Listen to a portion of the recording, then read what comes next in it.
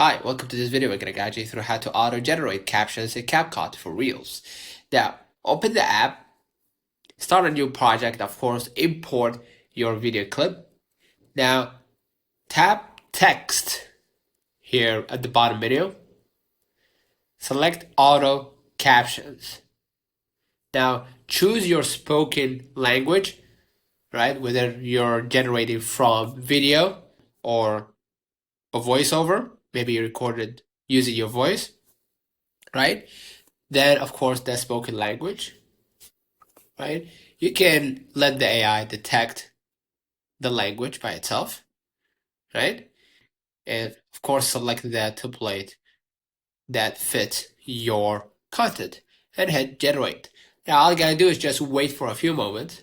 And the CapCut uses AI to transcribe the audio, whether it's from video or voiceover, into synchronized subtitles on your timeline. So consider liking this video, subscribe, it really helps with the channel. Till next time.